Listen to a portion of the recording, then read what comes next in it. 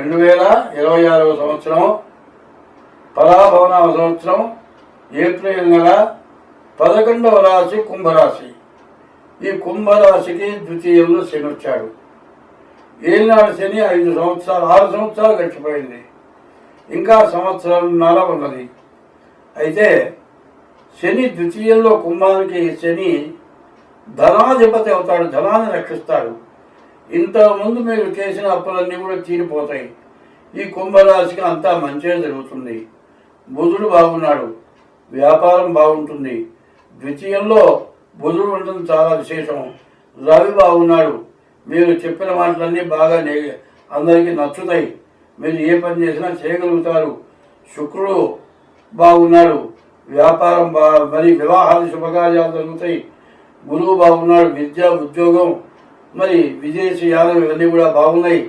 కానీ ఈ రాశి వాళ్ళకి ద్వితీయంలో ఉన్న శని తృతీయంలోకి వచ్చేంత వరకు మాత్రం కాస్త కష్ట దశగా ఉంటుంది. అయితే కేతువు సప్తమంలో ఉన్నాడు. ఈ సప్తమం కళత్ర స్థానం.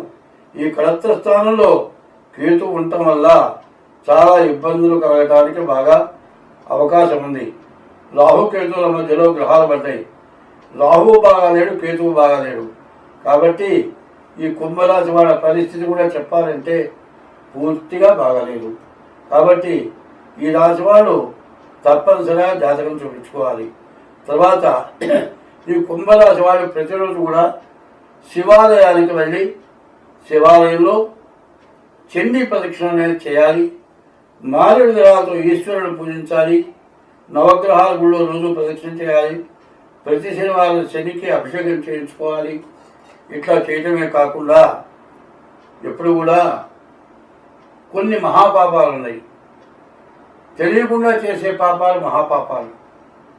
కన్న తల్లిదండ్రులు సర్వస్వం ధారపోసి వాడు రేపు బతికేది ఎట్టాది ఆలోచించకుండా నా కొడుకు బాగా సంపాదన పరుడైతే నా కొడుకు బాగుంటే చాలు, నేను ఎట్లయినా పర్వాలే, నేను కష్టపడి సంపాదించాను, నా కొడుకు పెట్టాను, నా కొడుకు నన్ను చూస్తాడు, నన్ను బతికిస్తాడు, నేను ఎట్లా నా కొడుకును చూశానో నా కొడుకు కూడా నన్ను చూస్తాడు అని ఆశపడి చదివించి మరి ఉద్యోగం ఇప్పించి పెళ్లి చేస్తే భార్య వచ్చిన తర్వాత తల్లిదండ్రులు దిక్కు లేని వాళ్ళని చేసి వాళ్ళని అనాథ ఆశ్రమానికి పంపించి కనీసం ఇంట్లో తిండి పెట్టక తల్లిదండ్రులని హింస పెడుతున్నారు. ఇట్లాంటి వాళ్ళకి మహాపాపం, ఏలినాటి శని కంటే మించిన పాపం, దాన్ని మించిన పాపం ఇంకోటి లేదు. మరి మా చిన్నతనంలో మేము వృద్ధాశ్రమాలు అసలు ఎరగం. మరి వాళ్ళ వృద్ధాశ్రమాలు వచ్చినాయి. కనీసం తల్లిదండ్రులకు అన్నం పెట్టేవాళ్ళు లేరు, పిల్లలకి మంచి నేర్పేవాళ్ళు లేరు. తల్లిదండ్రులు వృద్ధులైపోయిన తర్వాత వాళ్ళ పక్కన కొడుకులు కానీ కోడళ్ళు కానీ మనవ సంతానాన్ని కానీ దగ్గరికి రానివ్వటం లేదు. కారణం ఏంటంటే వాళ్ళ రోగాలు వీళ్ళకి అంటుతాయిట. వాళ్ళు ఎన్నో రామాయణాలు, భారతాలు, భాగవతాలు, మంచి నీతి కథలు చెప్పేవాళ్ళు. అవి చెప్పినవి బాగా గుర్తుపెట్టుకొని పిల్లల పైకి వచ్చేవాళ్ళు. ఆ పరిస్థితి పూర్తిగా పోయింది. పెద్దవాళ్ళు కానీ పిల్లలు కానీ ఇవాళ తెల్లవారు వచ్చింది ఏమిటంటే టీవీలో ఏ సీరియల్ ఉంది చిన్నపిల్లలు కూడా చెబుతున్నారు.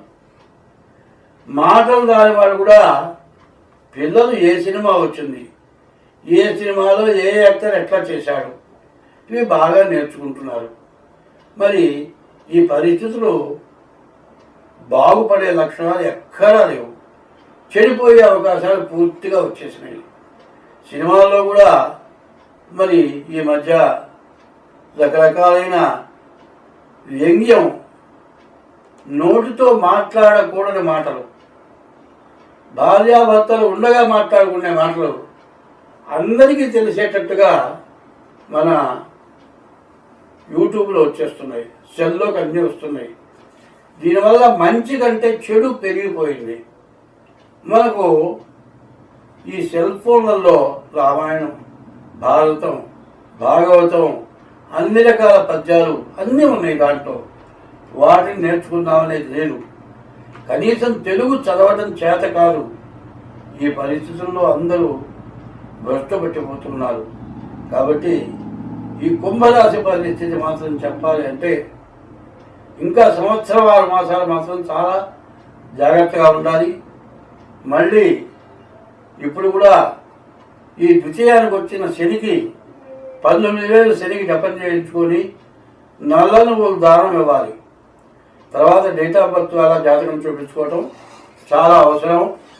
మరి ఇది చూపించుకోకుండా ఉంటే మీరు పడే నష్టం, మీరు పడే బాధ మిమ్మల్ని ఎవరు బాగు చేయలేరో. స్వస్తి.